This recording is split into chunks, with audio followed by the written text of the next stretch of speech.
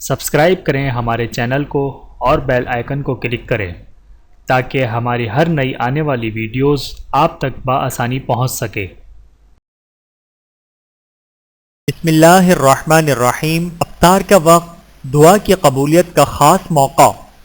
رسول اللہ صلی اللہ علیہ وآلہ وسلم نے ارشاد فرمایا، 3 آدمیوں کی دعائیں رد نہیں ہوتی۔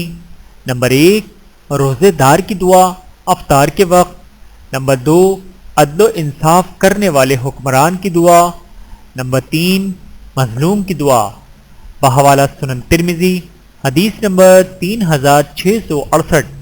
اللہ تعالی ہم سب کو حدیث مبارکہ پر عمل کرنے کی توفیق عطا فرمائے، آمین ثم آمین۔